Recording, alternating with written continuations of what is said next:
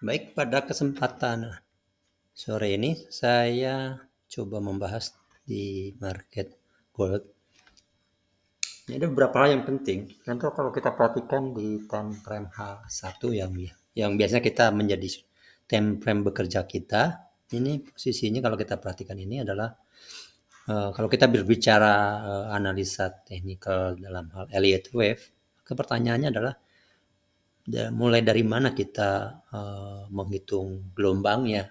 Ini seperti ini. Kalau kita lihat seperti ini kan ini lumayan rumit ya, apalagi ya cukup jauh seperti ini. Apa dari sini mulainya? Apa dari sini? Dari mana gitu. Nah, untuk mengetahui di time frame H1 itu kita bekerja mulai di mana, maka kita perhatikan dulu ke time frame yang lebih besarnya. Sehingga kita dari situ bisa melihat di terakhir itu bekerja di segmen apa begitu ya, seperti itu. Kalau kita lihat di time frame lebih besarnya di 4 jamnya adalah seperti ini. Jadi ini adalah ini angka kerja sebelumnya dari ini adalah ini A, B, C, D.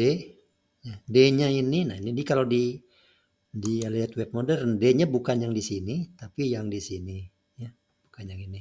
Sehingga siapapun yang menganalisa menggunakan Elliott Wave Modern, maka peletakan D-nya akan sama. Begitupun peletakan C-nya. Ini nggak mungkin, C-nya itu nggak mungkin di sini, tapi di sini. Terutama sekali adalah ini gara-gara kita mengetahui D-nya di sini. D-nya bukan di sini, bukan. Ya. Mungkin kalau Anda bertanya, bagaimana sih bisa terjadi? Ini ada cara-caranya ya. Salah satunya saya menggunakan garis ini. Kalau kita letakkan di sini, maka ya kalau kita letakkan di sini, maka harga menyentuh dari barnya ini. Maka ini garis ini harus yang paling luar. Nah, yang paling luar ini adalah bagian dari D. Sisanya adalah E.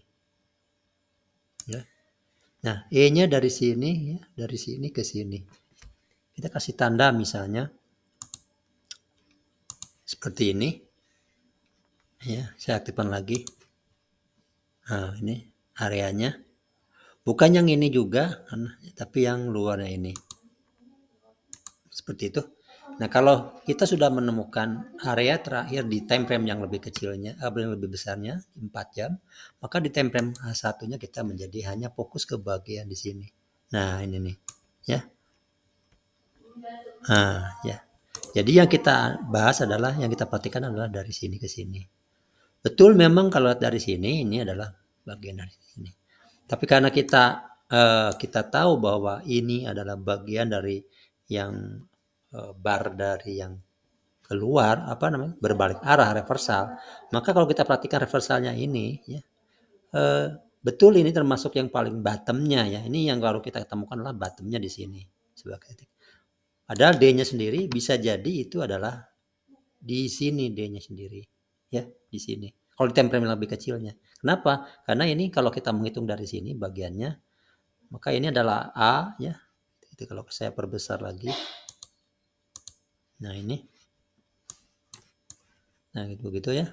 Atau saya menggunakan ini candle biar lebih jelas. Nah ini ya, ini adalah satu segmen turun, ini sempat naik tapi ini turun lagi di sini lebih rendah. Jadi ini adalah pola 3 dari sini sampai sini, pola 3 pertama ya, dan kemudian dari sini akan terbangun, atau kalau lihat dari sini bisa menjadi bagian dari ini adalah turun pertama, ini A, ini B, ini C, ini D, ini E. Jadi sebenarnya kalau kita di detailnya D-nya itu di sini sebenarnya. Tapi karena ini yang memperhitungkan yang menyentuh garisnya, maka kita sebut garisnya adalah menyentuh yang ini, bukan yang ini. Ini gara-gara bahwa bangunnya adalah sebagai triangle yang mengecil. Kalau triangle mengecil memang resikonya adalah bahwa yang terakhirnya ini bukan yang tersentuh oleh garis hitam ini, tapi yang paling bawah. Jadi kalau saya gambarkan ini sampai sini adalah A ya. Ya. Ini sampai ini sini B ya. Ini B-nya. Ini B-nya sampai sini, ini B sampai sini. Ini C di sini. Ini D sampai sini. Ini E-nya sampai sini. Ya. Untuk yang E, sedangkan kalau kita perhatikan tadi di tempo 4 jamnya tadi, Saya reset lagi ya. Ini kita sedang menunggu di sininya adalah E-nya di sini. Ya, ini kita sedang menunggu E sebenarnya. Jadi setelah ini maka dia akan balik arah, naik dulu ke atas ya. Idealnya ini dia harus melewati yang paling kanan ini. Jadi ini saya sengaja nih batasan garisnya seperti ini. Nah, idealnya dia adalah E-nya ini adalah melewati garis ini. Sehingga ini garisnya akan di ujung terakhir E-nya. Ya, ini sudah A B C D E ya. Tempelnya tinggal naik ke atas ya. Ini saat ini ya, bisa jadi kalau misalnya di sini masih terbangun, terutama di time frame yang lebih kecilnya, ini masih E-nya masih terbangun lagi sampai ke bawah. Bisa saya tepungnya seperti itu ya. Ini walaupun ini persyaratan paling sederhananya sudah memenuhi syarat di sini ya. Jadi ini adalah A, B, C, D, E. Nah, kita menggunakan alat bantu seperti biasa. Jadi A-nya menghubungi E ya, dia menyentuh C ya, ya kalau nggak salah C, maka mestinya idealnya dia di luar ini, secara umumnya memang di luar di sini ya. Tapi saat ini nggak apa-apa, kita pakai yang ini dulu ya. B ini B, nah ini ya. Begitu ya. Jadi kalau lihat dari sini B dan D-nya ini sudah oke ya, D-nya di sini karena dia paling ujung. Jadi tinggal menunggu yang ini E, kemudian bangun yang diharapkan lebih tinggi dari sini ya. Kalau lihat dari sini tentunya ini sebuah nilai yang katakanlah ketinggian dari sini cukup besar sampai sini ya. Ini E-nya seperti ini. Karena ciri-cirinya si E-nya ini sendiri juga adalah dia akan membentuk bangunan yang akan cukup, katakanlah dia bergerak untuk, terutama untuk yang mendekati akhir dari E-nya. Kalau dia misalnya terbangun dari pola 3, 1, 2, 3, maka di C-nya dia akan bergerak dengan cepat naik, satu jatuh ya. Membangun yang tanda panah merah ini. Nah, dari posisi sekarang, kalau kita katakanlah mau masuk, katakan buy dalam hal ini, maka kita bisa melihat di sini ada banyak-banyak cara ya. Anda bisa menggunakan, misalnya saya kalau menggunakan aligator misalnya ya, seperti ini ya. Ya, aligator di sini ya. Di aligator di sini katakanlah Anda menyentuh yang merah di sini, garis merah ini, baru kita buy, bisa seperti itu ya. Atau menggunakan yang hijau, garis hijaunya juga, yang birunya ini ya, pada menyentuh di sini baru buy. Nanti selnya kira-kira diperkirakan setelah menyentuh sekitar garis merah ini ya, selnya seperti ini. Apalagi kalau terlihat bahwa pergerakannya cepat naik ke atas, maka di ujung terakhirnya kita siap-siap untuk mengclose daerah situ ya. Karena biasanya setelah, kalau ini memang dia naik dengan cepat, nanti turunnya pun juga dengan cepat lagi. Ini A, B, C, D, E, ini E. Sebagai konfirmasi validasi ini, karena ini kalau lihat dari sini, ini memang A-nya, B-nya mengecil, tapi B ke C-nya ini, oh ya mengecil, cuman D-nya ke E-nya, kalau misalnya anggap sama-sama mengecil, maka kita menggunakan validasinya seperti ini. Ya, ini masih bisa di sini ya, misalnya yang terakhirnya aja kita gunakan, maka 50%-nya sampai di sini. Jadi sampai katakanlah di hari Seninnya nanti dia akan naik dulu cukup cepat di sini, setelah itu terbangun ya. Untuk karena Sabtu Minggu ini libur ya, saya ini pasti menemukan tanggal 30 ini adalah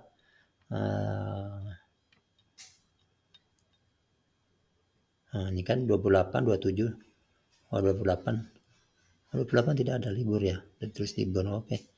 29 ada, pada nanti libur 29 ya. Nah, seperti itu. Nanti kita tunggu di sini ya.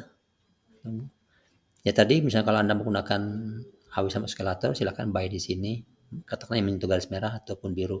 Tapi kalau menggunakan garis silakan misalnya menggunakan ME ya, MA ya. MACD juga, stokastik atau apapun lah ya, Anda silakan. Pastikan konfirmasi validasinya, dan setelah itu kita menggunakan, karena ini kita berada di area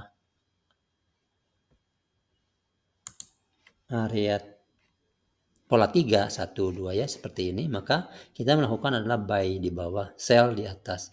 Ini di areanya buy ya, di area buy di bawah. Kemudian stop lossnya itu Anda sebaiknya gunakan yang bukan yang ini paling bawah ya.